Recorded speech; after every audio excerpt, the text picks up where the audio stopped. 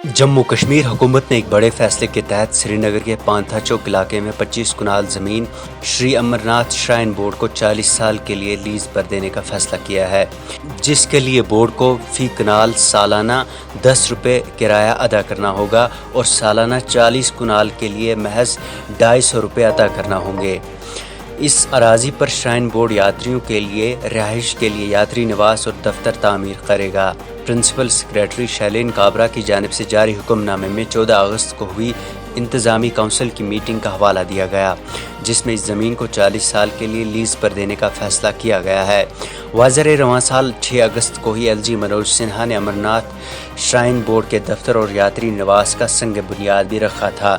ये इमारत 25 कनाल ज़मीन पर बनाई जाएगी, जिसे 18 माह में तामीर किया जाएगा, जिसमें 3000 यात्रियों के ठहरने की गुंजाइश होगी, जबकि इसी तरह का यात्री निवास रामबन के चंद्रकोट में भी तामीर किया जाएगा।